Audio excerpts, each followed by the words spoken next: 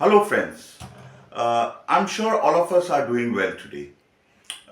Going through today's newspapers, one piece of news struck me. The Election Commission of Pakistan has asked the government to deploy a regular army to monitor the election process for the general elections in Pakistan, scheduled next year, around February of next year. Uh, the news further states that it is not a new demand. Election Commission of Pakistan has made it regularly whenever there are inadequate policies, to manage the elections. Which also include clear instructions to police and paramilitary personnel and other things. Dug deeply, found the question raised on this policy of deploying a regular army in elections, not only in Pakistan but across the world as well as in most of the South Asian countries. For ages, the discussion on who controls the government in Pakistan has been a favorite topic of debate in media, academic circles, and all other places. Time and again, India has proven that it is ruled by the power of ballot, not the bullet.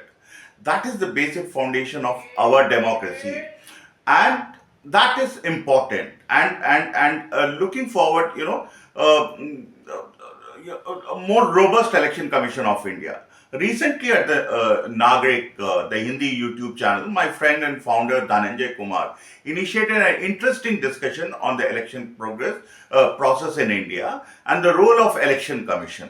It was quite an interesting debate.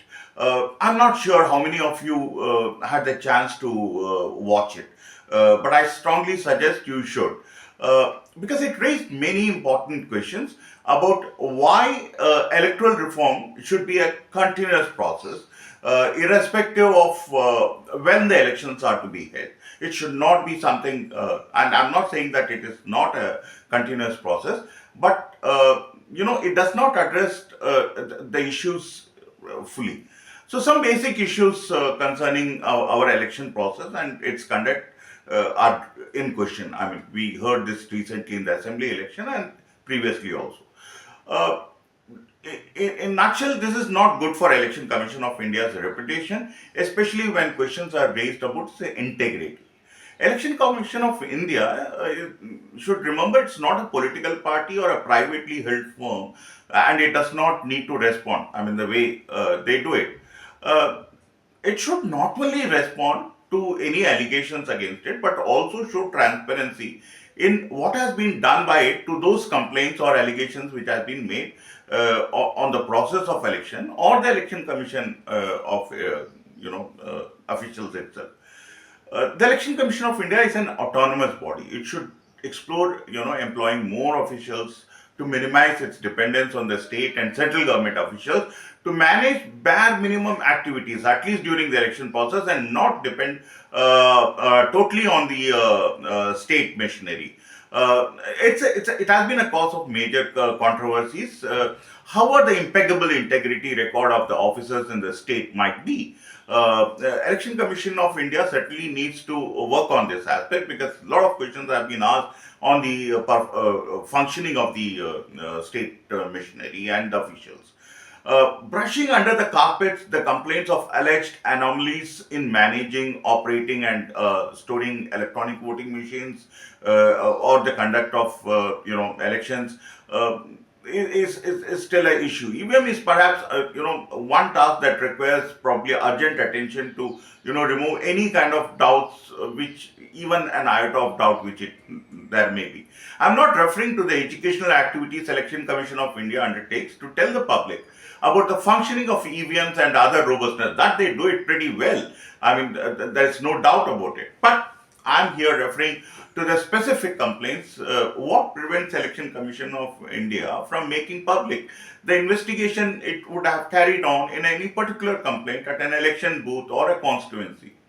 Because when it does come out with the report, it will certainly restore confidence in the voters, among the voters, not only in the affected booth, but in the constituency and across the whole country. because that's the kind of transparency people are looking for from Election Commission of India. Another major issue that needs to be addressed urgently is the missing voters from the electoral rolls. No doubt, it's a tedious process with many loopholes, challenges, and whatnot. But unless it has a staff, Election Commission of India has a staff of its own, even temporarily, and is not dependent too much on the school teachers and other government staff to take care of the voters list, collecting the data, it will remain an Achilles heel in Election Commission of India's conduct of elections, whether at the assembly or for the general elections. One of the participants in that debate in the Naagrik, which I mentioned, made a very valid point. Why should the onus of checking of the name be on in the voter list be on the people? Fair enough. One can argue it's a question for debate and discussion. Even the citizen is responsible and to take care of to check the names once the Election Commission has said that it needs to check. However, Election Commission of India cannot shrug away its responsibility. It needs to give it a serious thought and try out processes that ensure the validity of the voters is not entirely dependent on their name being on the voters list. Somebody who can prove that he is what his documents show and has enough proof should be allowed to vote. I mean, it's not as simple as I'm referring to, but I'm sure the brilliant and erudite minds which are there in the Election Commission of India and the Government of India can think about it and come out with a strategy or a system. We can keep listing the issues that Election Commission of India needs to look into to make it an institution trusted by all. I mean, currently there are few who raise questions, but it can certainly start somewhere, sometime, I'm sure. But earlier, the better for it and the democracy in the country. Friends, thank you for listening. I'm sure you have started subscribing the channel. Look forward to the new video soon. Bye. Take care.